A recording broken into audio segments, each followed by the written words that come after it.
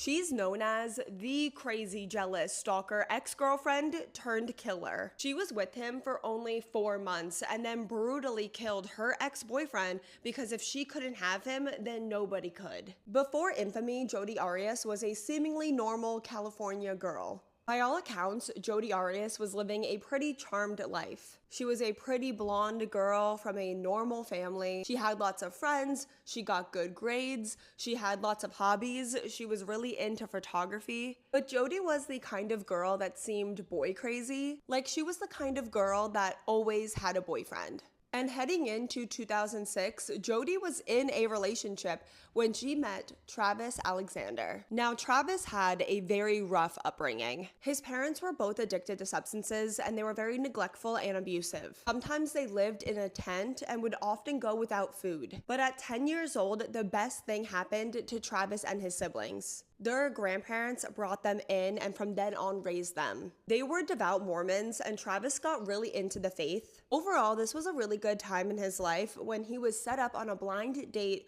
with a girl named Jodi Arias. And they really hit it off. There was a very strong physical attraction. Like, they were hooking up a lot, sleeping together a lot, even though Travis was this devout Mormon and telling his other Mormon friends that he was waiting till marriage. For Travis, this thing with Jodi was a lot more about the physical stuff rather than having like an actual strong emotional attachment to Jodi. He was really attracted to her, but he didn't see anything like long-term or serious with her. He was looking for more of like a good Mormon girl. But the complete opposite thing is happening for Jodi. She thinks Travis is the one and she's completely obsessed with him. Even though she was never religious, she converted to Mormonism for Travis. And this is particularly insane because even though they're hooking up at the time, Travis is not her boyfriend yet, and she like converts to a whole other religion to be with him. Even though Jodi has a whole other boyfriend at this point, she still hasn't broken up with her actual boyfriend yet. Eventually, she does end that relationship to be with Travis, and the two officially start dating in 2007. And like I said, the main pillar of this relationship was definitely the physical stuff. Travis was not in this relationship as much as Jodi was. And the relationship ended after only being officially together for 4 months. But even after breaking up, they were still seeing each other and sleeping together. It was definitely Jodi pushing to still see Travis. She was just showing up at his place or would even break in. She would break in by climbing in through his doggy door. She's full on stalking her ex-boyfriend Travis at this point, slashing tires, breaking in. Even when Travis had other dates over, and she would threaten the other girls that Travis was seeing and threaten them not to see Travis anymore. And Travis would tell his friends about his crazy stalker, jealous ex-girlfriend. But even after all of this, even after being broken up for a year, they're still seeing each other. In June of 2008, Travis was supposed to go on a trip to Cancun with one of his friends, but no one was able to get in contact with him for almost a week. It was the night before they were supposed to leave for this trip, and this friend still couldn't get a hold of him. She's calling their other friends, but still no one had seen or heard from Travis in over 5 days. So all of his friends go over to his place and they're knocking on the door and they're getting no answer, so they actually break in. And the second they go inside, they immediately get hit with the terrible smell of death. Travis's bedroom door was locked, so they break down the door and there's blood everywhere. Blood all over the bedroom that leads to the bathroom, that leads to the shower where they found Travis's body. This was an extremely brutal murder. Travis was shot in the head, stabbed 29 times, and his throat was cut so deep that he was almost decapitated.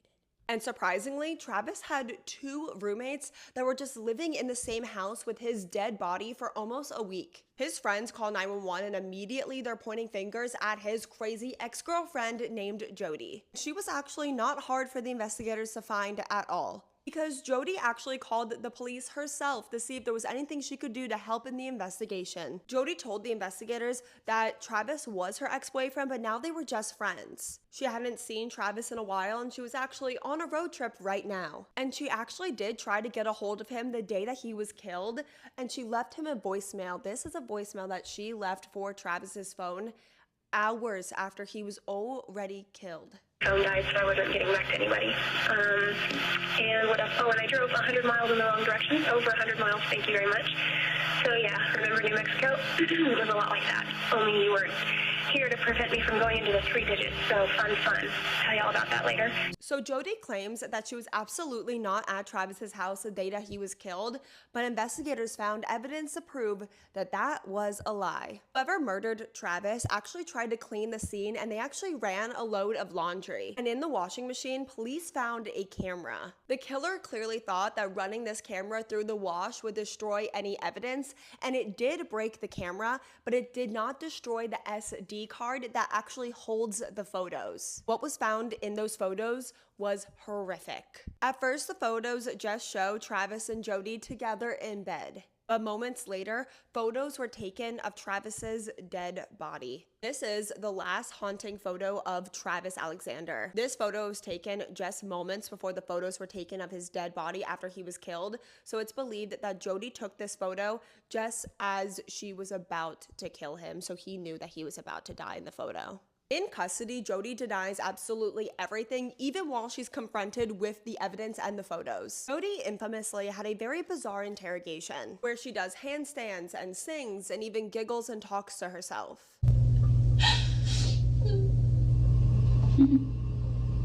Still beating. Oh, holy night. The stars are brightly shining. This is the day of our dear Savior's birth. She was charged with first-degree murder, where she smiled in her mugshot. Over the years, she has changed her story many times because Jodi is a liar. This time she changes her story and says that she was at Travis's house because obviously clearly there were photos of her there, but that 2 people broke in and they killed Travis right in front of her. While awaiting her trial, she maintained her innocence. She also did a lot of interviews where she said that she was very confident that she would be found not guilty. No jury is going to convict me. Why not? Because I'm innocent, and you can mark my words on that one. No jury will convict me. Her trial began in January of 2013, and the prosecution was seeking the death penalty because that's what Travis's family wanted. This case was absolutely everywhere. There was so much media and public attention on it.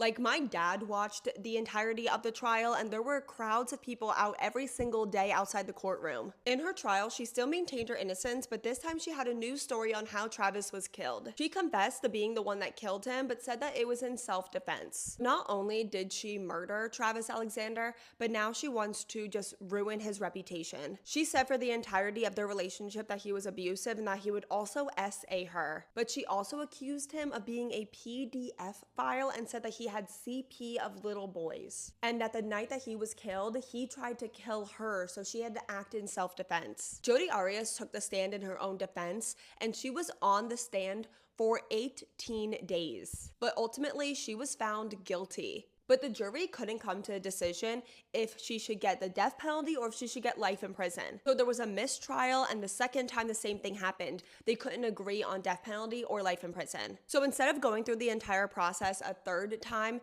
Jodi Arias was given life in prison without the possibility of parole. And she has shown no remorse, no regret, and has never apologized. She has appealed many times and maintains her innocence to this very day. And that is the case of Jodi Arias. It's absolutely insane. Let me know all your thoughts in the comments, but while you're there, please be respectful. This is Travis's story. He does have siblings, he does have friends and family that could be in the comments, so please be respectful. And while you're there, please let me know what case you want to see me cover next. I know this was a really long video, so thank you so much for making it to the end and listening to the entirety of Travis's story. Thank you to everyone that suggested that I cover this case, and I will see you guys all next time in my next video.